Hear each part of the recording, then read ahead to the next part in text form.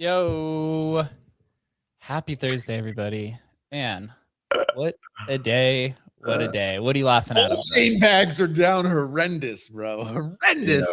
All the effort I put into wall chain, gone. Dang, so no airdrop, huh? Damn. Good thing Jake, you didn't buy that NFT, I don't know, a month ago or whatever. They fucking were shilling for 2 SOL, man. Good thing you did it. You passed on that one, man. Holy cow. Saved by the bell. Saved by the bell. Oh man, it's been an interesting day. InfoFi, which we'll talk about, is officially dead. I feel like X definitely let them know because they were ready for those posts. Oh, they had after that was announced. They had to know. They were ready with every team was ready with the posts, the tweets, the pivots. Like every team was aware for sure. Like I'm sure if you look at the charts, you can find the team selling. Like when they found out. Yes, I haven't looked, but I'm sure if you look back, you can see when X notified them just by looking at the chart. Yeah, I saw somebody was posting about how the Kaido unstaking began yesterday at some point. It takes 7 days to unstake or something. Yeah, so I mean that's literally I was surprised. I think you posted to me or whatever to our group chat. It was down, I don't know, 40% or whatever. I was like, that's amazing. It's not down 95%, right? It's like that it's still at 50 cents or whatever is like, well, how, man? How is like everybody not selling? I was surprised, honestly. Yeah, I saw that Kaido announced that they're deprecating Yaps and then creating Kaido Studio. So we might actually be re-entering the KOL era because the Kaido Studio is an agency for influencers to work with projects for marketing. Yeah. So we're going right back to where we were with Web 2. Maybe this time a little bit of a different spin, not as much. Hopefully it's just not as grifty this time, where it's just like botted accounts that are just shilling absolute garbage to their followers and dumping all of them. This one maybe a little bit better curation, and this is nothing against the Kaido farmers. There's actually a few Kaido farmers who would engage with my account who were pretty thoughtful, and I would actually engage with them back. But a lot of it is just like they would just take 3 or 4 words of what your post was and then just repost it in Totally. your comments, and you're like, what is this is literally helps nobody. Yep. Totally. So I'd rather at this point, I think we're going to find out finally what the true engagement is. Although I know there's still an ongoing issue with CT and the algo change and some of the other aspects to it. We didn't even talk about that last time, but maybe we'll kind of start here. So a week ago, CT Crypto Twitter was in an uproar about the algo change, how Nikita, who's the product manager, or is he VP of product or something like that, head of product at X, came out and said that you can't do GM anymore. He's basically saying if you do replies of 3 words or less, then they are deboosting you, and that there was like an allotment of basically influence credits that you got per day, and every time you tweeted that went down. So they were deprioritizing quantity and they're trying to prioritize quality. Crypto Twitter, which was probably one of the top 3 communities on Twitter, basically just fuck. I haven't seen CT in a unified uproar like that in quite some time. But it seems like that's something we could all get behind, man. You totally did. I mean, I don't honestly, I get it. Like, I get not wanting to show crypto Twitter people to wider audiences, but I do not get why you would want to deboost crypto Twitter amongst crypto Twitter. Like that, I actually don't get that. Just from a platform strategy.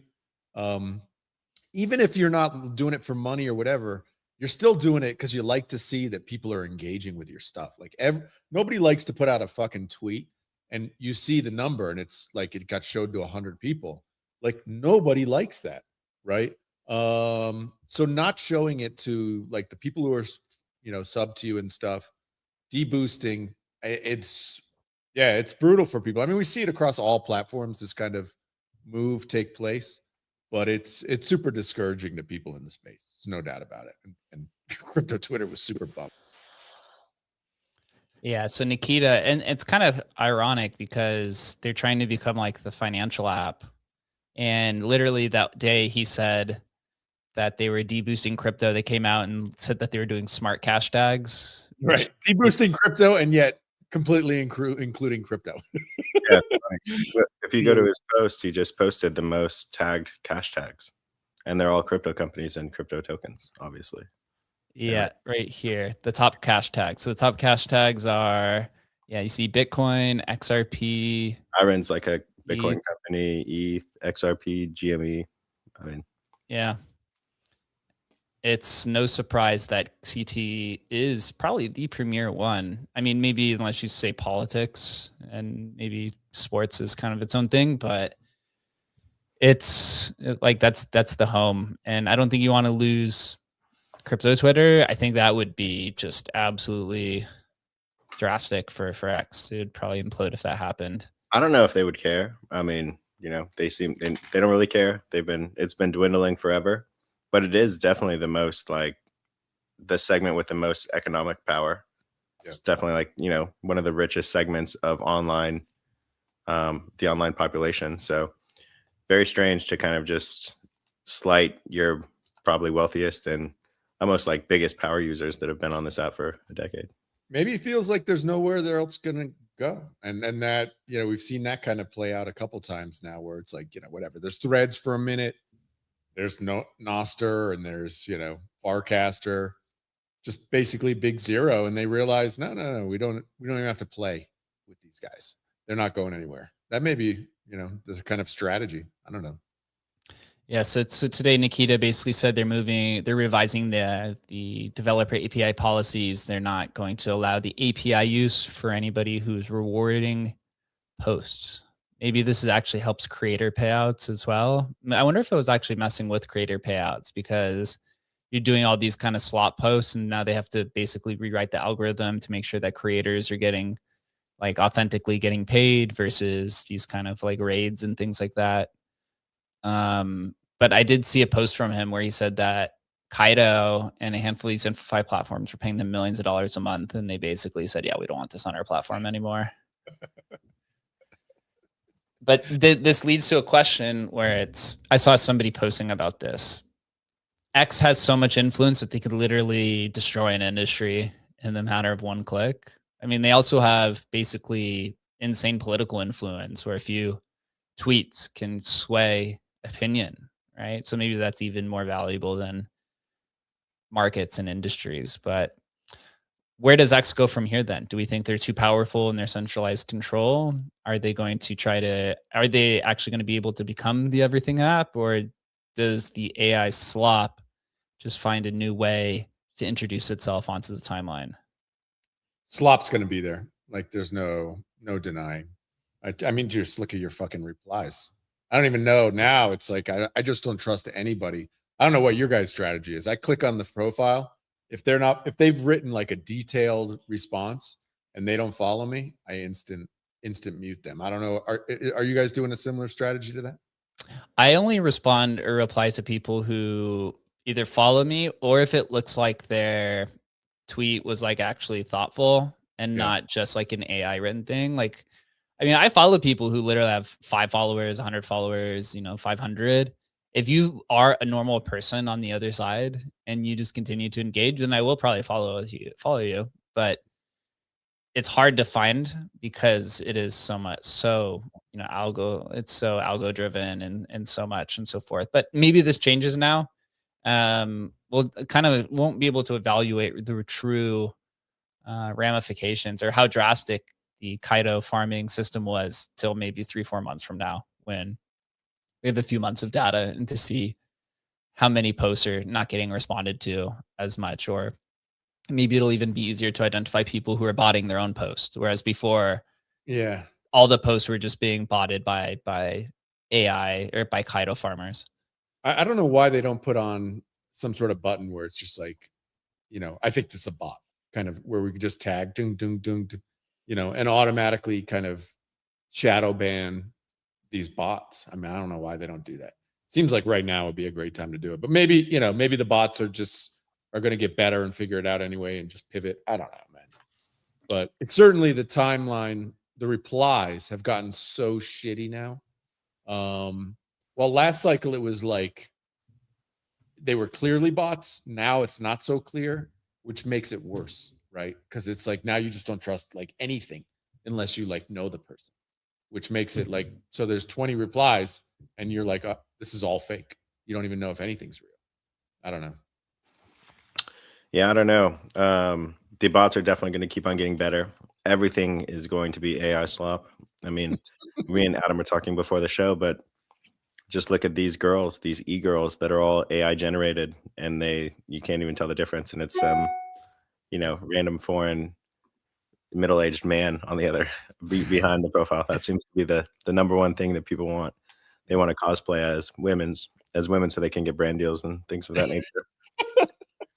It's interesting, but CT isn't really just like CT. It's actually like a compilation of some of the most powerful people on the planet at this point. Like, is the president part of CT? Is Elon part of CT? Elon's been engaging in CT for 7 years. Don Jr., all those guys, the World Liberty Fight guys, Brad Garlinghouse, Michael Saylor, like some of these people are the most powerful people in the world. So where does the buck stop? I'm not sure, but it seems that they want to be a financial app, right? They want X payments to be a thing. Why would they just totally nuke their biggest like supporters within that realm? It's a confusing place to be, not gonna lie. But I said to Adam, I was like, man, this is going to significantly hurt economies throughout the world. And then I saw that Pudgy Penguin said, damn, this is going to significantly hurt the Indian population in India. they got a lot of backlash, but I don't think that that's like a slight. These people were making above local salaries just by Kaido farming. Like there's a chance that it can actually kind of damage the local economies there. So as funny as it is, I think it is actually kind of serious. Yeah, it was like a real opportunity to make some money. Yeah. something I actually want to point on here for a second is I think we may be entering the next run up on launch pads. The launchpad era, I think a lot of people said we're kind of dead. I think it seems like we're about to see a resurgence here within the last 2 weeks, really since the start of 2026. We've seen multiple announcements from Pump Fun, from Bonk, from America Fun. Bags is getting a lot of traction. The trenches are starting to come back. The first one, the Pump had two announcements recently. Today they announced something called call outs. So call a coin once every 6 hours. All of your followers get push notifications. So they're trying to enter the SocialFi era. What was that app, that meme coin app that got acquired by Coinbase? Vector was doing this. That was the Tensor people. So this looks like kind of Pump's attempt to take on that kind of mobile SocialFi community aspect on memes. Also, a few days ago, Pump Fund came out with the first post from Elon in multiple months. It's kind of crazy how much emphasis the trenches put on literally a single Twitter post. It's insane. But he basically came out and said that they've now got enough research on their dynamic fee system V1, and that it exposed some critical issues in the fee system for creator coins and ICM coins, basically saying that it's left out traders and it creates a negative feedback loop. So in turn, they're creating a different type, or I guess you would say a supplemental fee system, which will be included of 0% trading fees.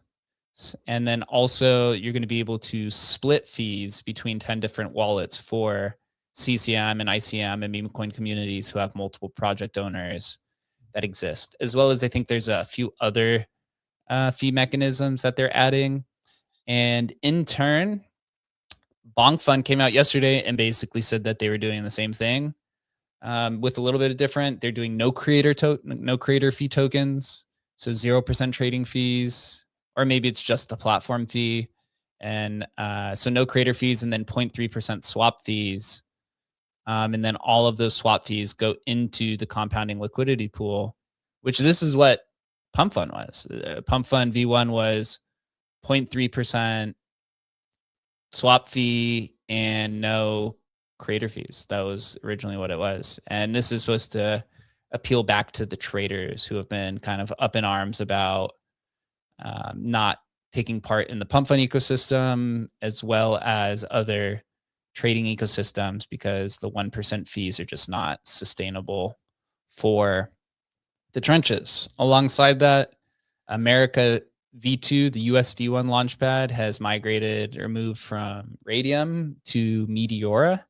And they are going to be launching today, I believe, the V2 site. And then Bags has been getting a lot of attention and has been added to Nansen. And they've been getting a lot of interesting, I guess you'd say, teams. And then also one of our migrating teams called Ornith is now the number 3 or 4 fee generating launchpad overall, who's trying to take on ICM, as well as Soar, who we're friends with, is trying to do on the ownership coins and MetaDAO. It just seems like we might run back more tokens, which for us means more migrations. Yeah, it's interesting. It's funny, like with the 0.3% compounding into the LP, like how many teams wanted to get away from that or thin out their LP, right? It's like, it's just interesting. It's going to go down these same roads where, price doesn't move because the LP gets so thick, and then teams are bummed out and want to migrate somewhere else and thin it out. And yeah, I don't know, man. It's good for us, I guess. Yeah, I hope they all come back, and I hope new ones rise up, and everybody wants to move there. And good for us, man. Let's go. But it's weird. These the space moves everybody kind of directionally moves in the same, gets the same brain waves and goes in the same direction, and then that'll pivot and change. Like 0 creator fees, great, until creators want fees, right? And then it goes back, and Yeah, I don't know. I was a little bit confused with the bonk post. I wasn't fully clear on what they were trying to do because it did seem like they were just going back to the old way of doing it. But yeah, I don't know. I can't really make sense of it. What do you think, Chris? Yeah, it's interesting because the bunk fund LPs are thin as they are. Their bonding curve is set up so that their LPs are even thinner than pump funds. So, like by design, they're not trying to bolster the LP, but then this new design is looking to rebolster the LP. It's a bit confusing, but I think that an airdrop solves all of this. I mean, I don't know why. Like, there's all this charade of like we need to do this to bring the trenches back. There's like one thing that Pump Fund needs to do, and they just need to airdrop the community the year. How much of money of that is going to go back directly to them in fees and support the trenches and creators? It seems like a very simple fix from me, but I could be missing something big here, although I don't think I am. It's interesting. What was I? Oh, I saw the other day or yesterday that OpenSea and MetaMask have partnered together. Did you see that? I was like, man, this is like how ironic is this? Where we have basically the twoest long-standing waiting for airdrop motherfucking projects on the planet are now partnering together. I'm like, this has got to be bullish in some, the universe loves irony sort of way. There has to be something good that comes out of this. Will the OpenSea and MetaMask airdrop save crypto? Maybe, man. I don't know. Can it happen today? Like, we need it, man, today. Yeah, it is interesting that no one wants to step up and do a big airdrop at this stage, right? There's 10 in the chamber, 15 in the chamber of some of these companies, and no one wants to move for whatever reason, even though the ecosystem is pretty fragile, one of its most fragile states that I've ever seen it in. I don't know. I think that Pump Fund can really take reins here and buy back so much kind of bad flavor. Maybe they just don't need to. Maybe they don't really see the competition as competition and they're just willing to wait it out. But I don't really understand why you would wait for an airdrop, to be honest, And maybe maybe they're just farming it, because I did see, they phrased it in a way, for example, like with Pump, it was like, very important, that you open it up to followers, and very important that you get followers, right? Very, so it's like, my brain immediately went to like, oh, this is going to be important for the airdrop, but who fucking knows? It could have nothing to do with airdrop may never happen, right? But it feels like they're just farming the users at this point. I mean, OpenSea, somebody did the math on like OpenSea, how much they've made off of, these points programs, bro. Yeah.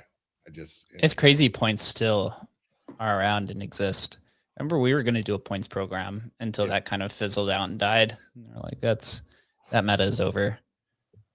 I mean, who do you know anybody who's like farming the fucking MetaMask, airdrop now, or the OpenSea? Like, what kind of crazy person? There are industrial level farmers, right? Yeah. It's generally either people with a lot of money who can basically eat the fees initially to potentially take a larger payout at the end, right? That's the gamble there.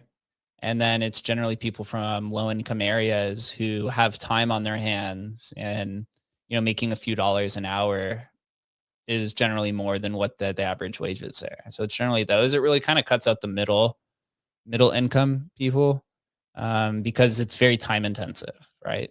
And so and it can be very capital intensive. But the farming system, I think, is going to change. It's just going to continue to change, especially as institutions come, or maybe institutions and VCs need it because they just need to continue to fluff up the numbers to the investors and just keep, taking money from Peter to sell it to Paul. Look at Elon's latest post. Pull this up, man. Pull this up, bro. This is crazy. Elon Musk? No, Elon from fucking Pump. Oh, from Pump? This is a crazy tweet, bro. Look at this tweet, bro. What did he say? He said, so much more coming for mobile in the coming weeks and months. It will be a major focus for us moving forward. To test this feature, I'll be calling a 14K market cap later today. It's a great marketing strategy. Cody's on, bro. Jesus Christ. I mean, that's a way to get notifications on, right? Bro, marketing team's doing well.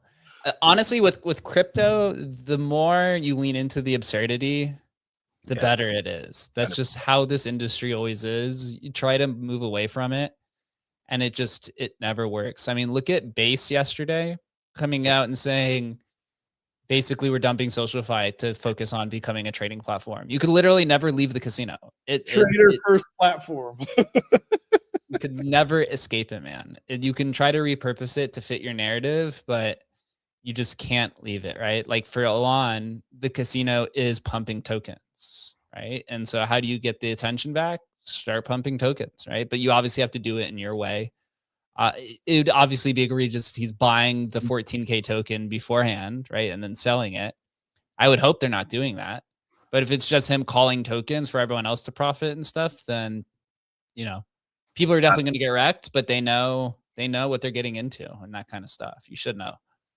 I don't know. You know, the human greed is our biggest flaw. There's no way that team's not buying the token. It's a feature, not a bug, bro. It's a feature. Yeah. There's no way that token is not being bought beforehand. I'll tell you that much. Well, actually, my brain was going to, there's got to be some like old token, right? That he's like, that's sitting on. Like, I'm just like, wait, I got a couple old ones. I remember, doing some research, a year ago where I was like, what are the oldest ones on Pump Fund, right? Or not a year ago, maybe 6 months ago. And there are a couple out there. I'll probably go investigate it, after the show.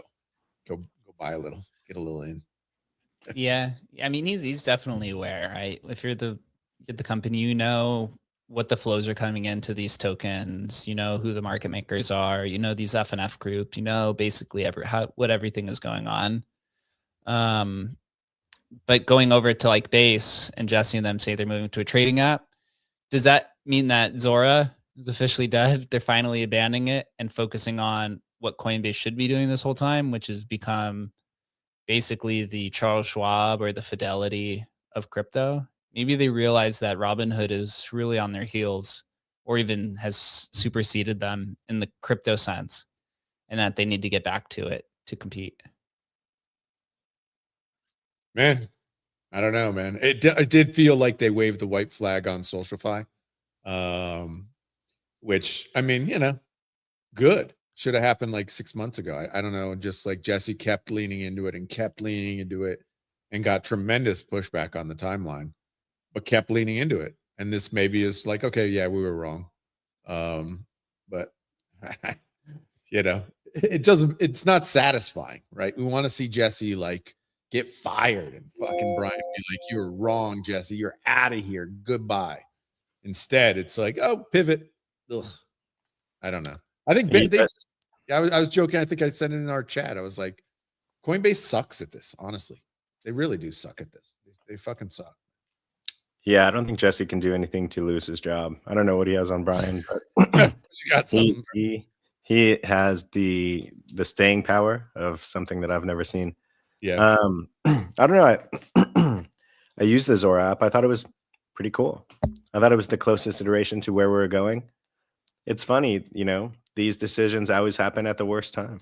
I feel like they were finally starting to get traction with the Nick Shirley token. I think that there was a few others that were kind of being decent, but yeah, I mean, right when it's maybe getting a little bit of traction, they decide to pull the plug. And I also don't really know why they have to decide. You can just have Jesse being in the corner shouting SocialFi. I don't know if that helps or hurts. It might do nothing, but do you want him now in charge of like the retail trading app too? Like, I don't know. I just feel like you would need a new face for that, a new focus. I'm not sure what it does to just pull the plug on it completely, but we'll see. What's funny is that right after Jesse announced that change, and you remember how Base basically said that Base was trying to capture all the Solana users to where they built that Solana bridge to Base that no one used. And then Coinbase basically said, yeah, this isn't working. So we're just going to list all Solana tokens on Base. Well, Raydium actually came out and basically said, we're going to list all Base tokens on Solana. I saw Mist come out and post this, and I thought it was just super, super funny. Basically listing all of the Base apps. I guess it's probably using a bridge of some sort, but the fund is now tradable in the USD1 pair on Raydium. And it sounds like this is going to be one of their strategies, is that they're just going to continue bridging over and trying to bring liquidity to Raydium. I thought that was super funny. But on a larger scale, I have to kind of give props to World Liberty Fi, I think they've taken the right direction on attempting to proliferate USD1 adoption through kind of meme coin adoption through the trenches, getting USD1 locked in these liquidity pools, so that it just basically forces them to issue more USD1 without retracting it, right? If you get these stablecoin USD1 pairs and it's in a locked liquidity pool, unless you're migrating out of it, that USD1 is going to be there forever, right? Which just basically means that they're just going to continue to issue more USD1 on the chain. And so those numbers are just going to continue to grow. And then they partnered with Radium, who's doing a good job at encouraging people to use USD1. And if you look at USD1 across all of the other chains, if anyone remembers when they first launched USD1, they issued USD1 to every major chain, to like BNB, to Ethereum, to Base, to Solana, and a few others. And ultimately, I think Solana is like 95% of the volume. But man, what a strategy. Do you guys think USD1 can basically become probably number 3 stablecoin, maybe number 2 if they can upend USDC? I find it hard for anyone to ever defeat Tether. Oof. I mean, I think that the strategy is there. Like most people, they didn't just store their money in Tether. They made Tether through tokens. That's how they grew their balances, right? And then it happened to be kind of just parking money in a stable asset rather than Bitcoin. It wasn't like they set out to buy tethers or just acquire tethers, or somehow they earned it most of the time from trading. And then so it seems like that's the tried and true way to kind of proliferate your stable coin. I don't think anyone really likes USDC. You know, I think it's kind of like the middle child, the mid tier. Like, does anyone want a super regulated, non-regulated gray area digital dollar? I don't know. You know, it just seems kind of preposterous. But I mean, USD1 has gotten much further than I would have thought that they would have. So what's their market cap at, Jake? Let me check. It was, I saw recently, I think it was around 2 or 3 billion. I'm gonna check here. Oh wow. Yeah, I mean, it's still so tiny. It's still tiny. Yeah, tiny. Let me see here. Let's see if I could find it. USD1. USD1 has 3.5 billion issued, 1.2 billion in trading at 24-hour trading activity. Are we just going to enter? Are we entering? Is this the year? Let me phrase this. Is this the year that stablecoin, I guess maybe social stablecoins or boutique stablecoins really begin to take off? You have a stablecoin, right? Hyperliquid has their own stablecoin. I don't know if anyone saw Jupiter launch their own stablecoin. You obviously have USD1. Stripe's chain, Tempo chain, is basically a stablecoin issuer. Coinbase is doing this as well. Klarna, the financing app for Chipotle burritos, is doing their own stablecoin. Like, is this? That was their best marketing campaign ever. I don't know if it's like Chipotle bowl mug. That's what they're known for now. It's the best like tier ever. That's so awesome, bro. They would do great in crypto, right? Like the absurdity of it is what makes it attractive. Yeah. I'm defaulting on that burrito that I had 4 months ago. So the top stable coins here by market cap: Tether has 186 billion, USDC 75 bill, USDS, which was formerly DAI, is at 10 bill. I forget about Athena. USDE is 6.5, and then DAI, unconverted DAI to USDS, is 4 bill. So I guess the maker system has 15 billion. And then PayPal is at 3.6. And then USD1 is down at 1, 2, 3, 4, 5, 6, 7. It's number 7 already. It's beat everything else. That should have been like one of my predictions, is USD1 to number 3 stablecoin. No, it's a really smart strategy. You know, they got a good strategy on Solana. We'll see how it goes. I mean, look, it's moving that way. We're seeing it right now. People want to be on the USD1 pool. And so it's, you know, you want traction for your tokens, and this gives them traction, on-chain traction. So it's a good strategy. It's surprising how small they all still are. I Oh, mean, totally. it's like still around 300 something billion.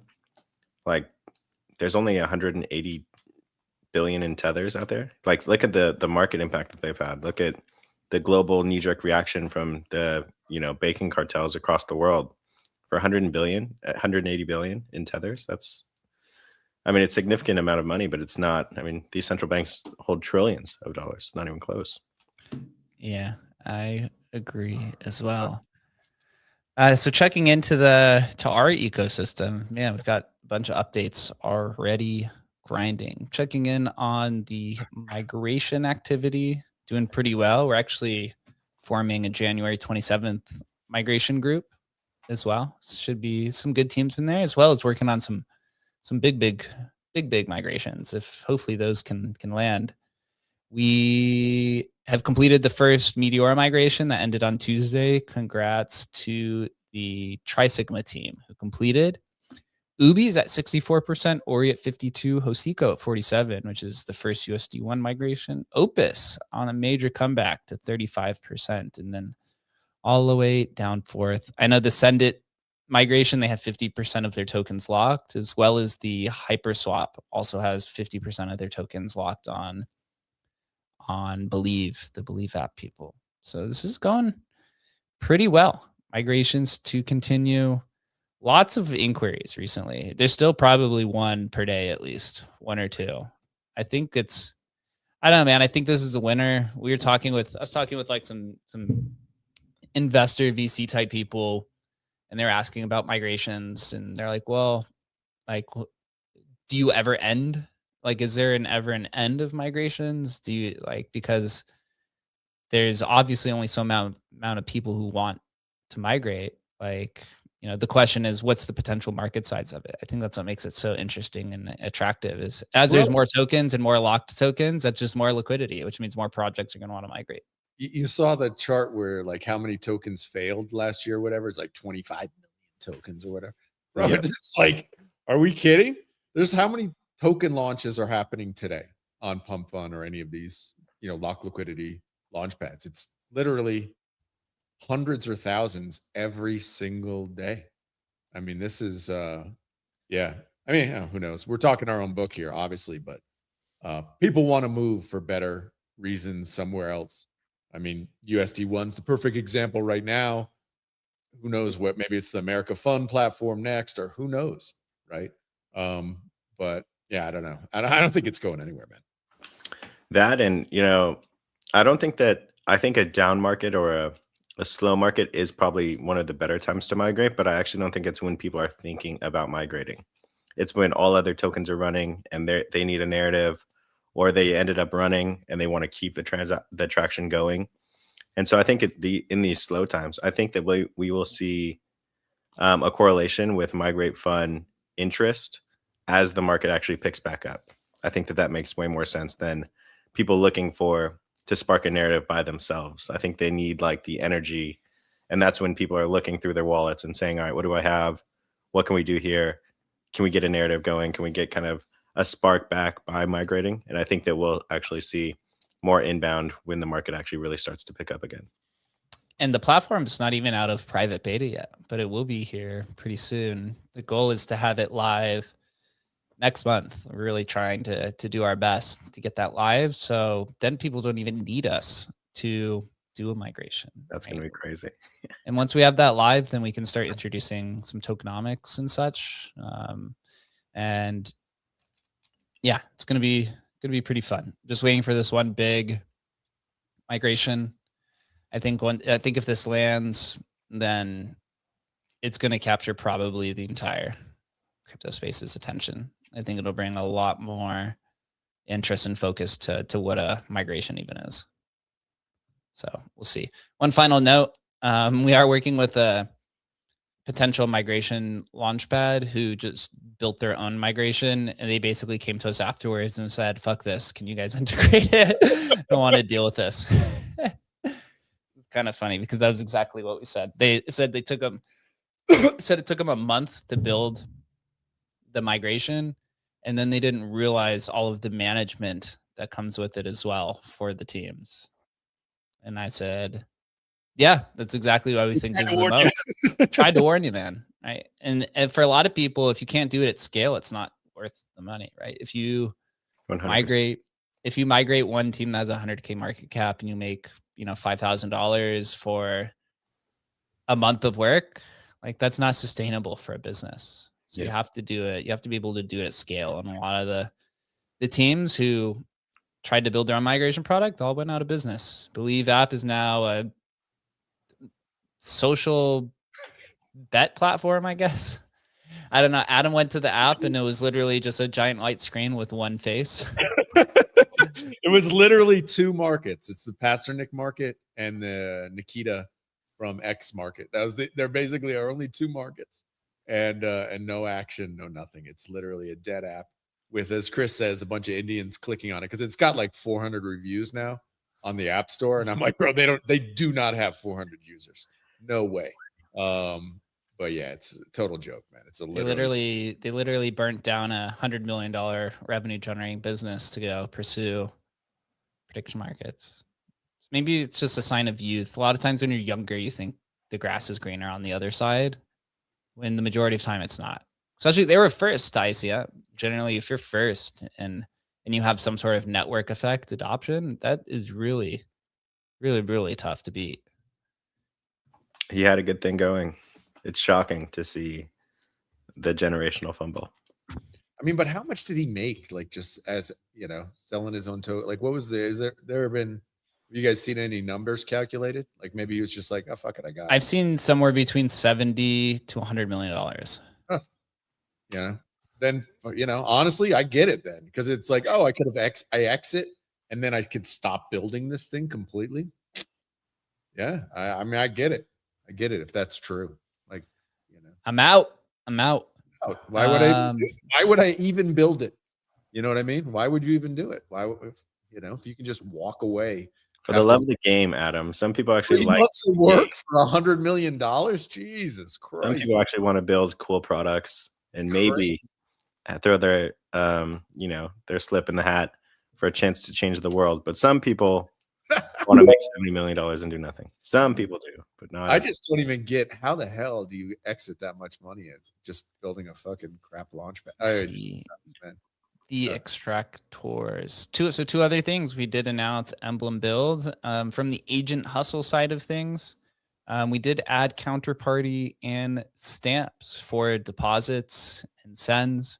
We're actually in the process of folding in Emblem Vault into Agent Hustle.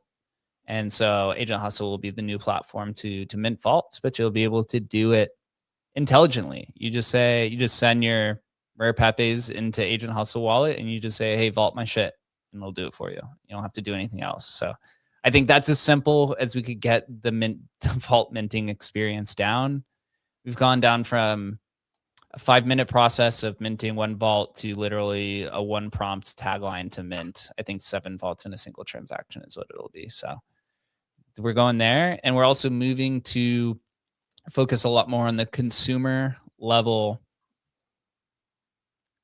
I guess you'd say, product development for Agent Hustle. We spent the last year building out the infrastructure, throwing a lot of stuff at the wall, trying LPs, trying to build copy traders, integrating all these chains and wallets and launch pads, and trying to figure out what the winner is. And it seems the winner right now is prediction markets and token discoverability, and then some advanced trading on top of that. So you're going to see a bunch of application level additions and focus to Hustle, as well as eventually some tokenomics that we're looking to pursue after the Koval migration is done, which I think is going to be in March. All of that too, as well as we get our Smart Vault infrastructure live through the EDP. But the biggest announcement I would say is our overlord, Chris Devitt, has been internally promoted to become the master hustler. So Chris is now the lead visionary of Emblem Vault. And he's shown us some awesome vision for where Hustle wants to be. Chris has comes from the trading world, investment world, as well as design and consumer. So excited, and congrats, Chris. Thanks. Yeah, that's huge news. Huge news over here. Red alert. But I think that, you know, the platform is so good, and it's actually so good, but it's just kind of bogged down between being almost too good because it's so spread out. And so just going to refocus on the simple things, have a lot more user-friendly kind of toggles and walkthroughs of how to use the platform for the best performance, because you're seeing this big divide where the power users know exactly which buttons to push to get the results that it needs. But then you're seeing the entry level user being like, what do I do? And so there's this huge kind of knowledge gap that we're really working to close, where you can just sign in, and this is how it's supposed to be, right? You sign into the platform and you see value instantly. You know kind of where you should go with it. But right now the platform's a little bit too broad. So we're going to reel it back in and make it a lot more user-friendly. And I think that this is going to be some of the funnest updates that we've had. So the work that was done previously was super incredible. And the platform itself is so powerful, much more powerful than we could ever have imagined when we set out to build it. You know, we were building it Lego piece by Lego piece, not knowing where the end state would be or how far we could get it. And now we're kind of at that road, and we can refine everything and make sure that everything, you know, works the way it's intended to work, and that, you know, it looks great in the process. Yeah, I am excited beyond belief about that. What's up, Kane? Yo, what's that? Let's see who has his hand up. Legend. Yeah. Yeah, I do. I get here, the minute I'm on stage, you start talking nice about Counterparty and Stamp. I'm not gonna. It felt a little pandery. It felt very Black History Month. I enjoyed that. Oh, I enjoyed that. We're 2 weeks away, so Yeah, we here at Emblem Vault support diversity and want to talk about Jackie Robinson for the space. So that was good. Jackie Robinson, my thing. And then you promoted Chris to the champion hustler. Is that going to be on his business card? it is on his. It Yeah. is going to be. It is on his business card. We haven't posted it publicly yet, but we've been making this, working towards this operational change or position upgrade for a few months now. What does Dame Dash do your corporate structure? What kind of title is that? What is that? He's the master hustler, dude. Master hustler. Or you could cut. Is there better? I was trying to think about what would be like hustle master. What's better? Ken, you come up with a name for Chris, man. Like, what's the dude? I don't think Chris would be comfortable with me being allowed to do that. We're looking for ideas. Kane. Chris has talked to me before. He knows what kind of person I am. I think you just shot fear down his spine, offering me the ability. My to fate is in name your him. hands, Kane. My fate is in your hands. You got to do me right, brother. Oh yeah, you're the grand pompadour lucha libre of money stuff. That's what you got to do. You got to do very formal, very informal. Make it together like a peanut butter jelly sandwich. Let's go. I've been sitting back for however many years you guys been doing this, and I'd be like, oh man, they really predict things. How cool is that? People should be more impressed. And then I started predicting things. Y'all been crushing it. Have you seen my predictions coming true? Well, I'm a Nostradamus of Bitcoin. Nostradamus, what were you predicting? Yeah, what did we miss? I tag Adam in all of it because he's the only one of you that cares. But I tag Adam, and then I call Shannon. That is what I do. I tag Adam, call Shannon, and then sometimes I send a love letter to Chris. Hey. There's nothing wrong with it. What did we miss? What was the best prediction? Oh, Bank of America trying to offer 3% on crypto. California with their, if you don't move your money around often enough to our liking, we're going to call it an abandoned car and sell it and get the money. Fucking yeah, I've been crushing it lately, so I'm having a lot of fun. But yeah, I'm happy about this. I've built some cool stuff. I love Emblem. I'm going to keep on doing more Emblem-ish things because I think it's great. I don't know how to use your Hustleman. I'm assuming it's good. People say nice things about it. Arwen seems excited. That's my litmus test. But at some point, there has to be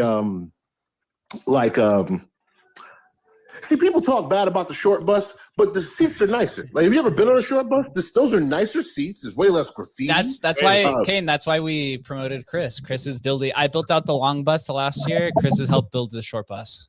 Yep. You see why sometimes I got to call you, Chris, and make sure I got to do a wellness check on you? That's a hostile work environment. He took an opportunity out of, and listen, nothing was, there was no need for that. And he called you a retarded person. And you're not a retarded person. You're very handsome. You're very handsome, very capable. I'm the You're leader. very capable and handsome. I'm the leader of the You short can bus. do anything. We're moving quick over here. Yeah, we're grinding. and You'll see. so- Yes, Chicane. Look at You'll see over the next quarter. The focus is to merge Hustle and Emblem into one. So it'll eventually probably more from being Agent Hustle to just being the Emblem Vault website. So like Are you going to call it Emblem or it'll probably be called Hustle Emblem. Vault? It'll probably be called Emblem Vault, and then Agent Hustle will be the native agent or the native AI that's hosted on the platform. But some design decisions for Chris, but that's kind of the goal. We want to merge the Hustle and Emblem community back into one and get all of the counterparty friends, all the Rare Pepe friends, Stamps friends, all of the Bitcoiners using what they are familiar with, which is what Emblem Vault is, and then getting all the hustlers more familiar with the Emblem brand. And obviously the Emblem brand has much more enterprise value and staying power than what the Hustle brand does. Yeah, because it has the word hustle in it. So I used to tell my rapper friends, you want your CD to sell in Walmart? Don't call yourself Young Sleazy Lust Money, because they can't put that on the shelf next to the Christian music. True. And never got it. Never listened.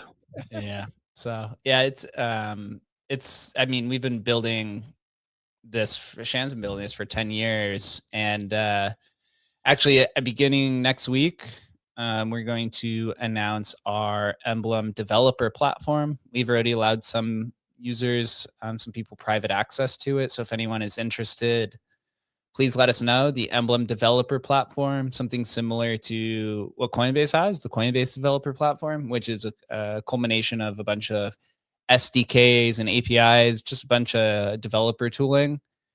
So we'll have the Emblem Vault SDK, the Agent Hustle SDK, the Migrate Fund SDK, Emblem Auth, which is our own login system. So log in with Emblem. Also our Emblem signers. So you can sign a transaction with a vault, which is pretty cool. So you could create something like a counterparty. I say because Kane's on, so almost Black History Month here. So you could create a counterparty wallet with Emblem Vault signer, and then you can sign with all of those transactions. And then we'll have an X402 package as well. And on top of this, we're launching. Wait, I have a question. Yeah. You could just say Kane, that. Kane, let me put that in smooth brain speak, which I know very well. I understood it, you patronizing handsome man. Yeah, I'm Kane- ready- You Kane try to is- fresh air fund me? I fucking understood that. Kane's a we're dev. ready Kane to is a dev. vibe code with Emblem is what this means, bro. This is Yeah. I'm a literally fake like, dev now. yeah, I'm telling Yep. you, this is it, bro. Yeah, so Actually, I'll send you the early access thing right now. DM him send him the Telegram, tell him the Telegram chat, Emblem Builders chat. So we're also launching something called Emblem Build, which is a vibe coding platform on top of the SDKs. And we have seen some users already. We just literally gave this out yesterday. One person built a crypto, what was it? Crypto gift cards app using Emblem Build. And then Shannon built a Bloomberg terminal for crypto. And then another user, I just saw this a few minutes ago, built a block monitor. So a blockchain monitor. So they're following transaction and block height on, it looks like Ethereum and all chains, just using one single prompting line. So we're going to put out a lot more information about that. Right now, it's for those users that are interested in it, can build with it. But essentially what it is if you've ever used Lovable or Replit, which is a popular vibe coding app to build websites and just kind of basic apps, we're basically trying to do that with crypto. And we kind of just found ourselves in it. We're building the SDK and the EDP, which is 10 years of development history. And then these recent updates to Claude Code made us realize that we already have all the infrastructure to host our own vibe coding platform with Hustle. Let's just build it on top of it so that anyone can interact with all of our dev tooling through an LLM and build products. Obviously kind of early, but that to me is like the multi-billion-dollar opportunity there. I mean, you see how fast these AI builder applications grow between right? The coding applications like Windsurf and Cursor to the website building applications like Replit and Lovable. There's obviously going to be one or two of these of crypto, and I think we're again first to scene. The question always becomes, how are we too early for this? Is a big question. But look for that, because we do have a lot of people who've reached out to us. Joe Looney, we mentioned, is looking into it. We have another team who's looking to build an XCP fungible token bridge to Solana.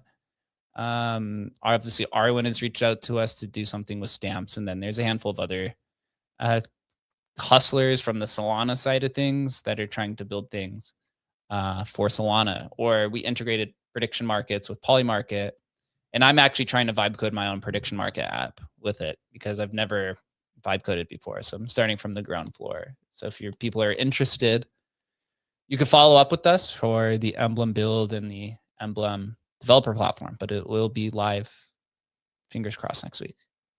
Send me the hootenanny. I just made a thing that I can do unlockable content for counterparty tokens now. I sent it to Shannon to show it to him. And that's the thing I wanted forever, and I didn't have it, and that pissed me off. So I just made it. I'm a fake coder now. And if as long, you said like Coinbase, so as long as I can code and build and launch stuff like that guy with the laundering that he wants to do, but I don't have to give you my, no, it's fine. I'm all about that. I don't have to give you my social security number or my fingerprints like I do Coinbase, because they're obviously the feds. And you guys aren't the feds. You're wonderful people. You would never want to know my government name or any intrusive information like that. You never, like, right? That was a question. You don't want that, right? Exactly. I mean, Yeah. you can do it in, Shannon's done it literally as guest mode, where you don't even need to sign in with anything, but you can sign in with, I'd actually recommend you sign in with just a regular wallet. And you could, just a wallet that's not connected to anything else. And that just that ties your build, so you can, have your build there. You can, launch your builds. I mean, basically what this is vibe coding with wallets and with vaults, right? So, yeah, it's a whole nother layer. I sent you it. It's in your DM right now. You can play around with it. It's still early. It's not finalized yet, but you can just kind of give it the first run. And I put the TG in there as well for you. So if you want to join the TG, if you bump into questions or anything like that, you're welcome to join as well, bro. You guys are amazing. Thank you first of all. You guys are amazing. I don't pop up often enough because I'm busy doing shit. That's where I need to be. Otherwise, because it's not always this. You're not always here talking, and I end up talking to other people who I wouldn't have a beer with, and I dislike them intensely, and then I argue with them about things that they're stupid about. So I don't like to be on Twitter Spaces as much.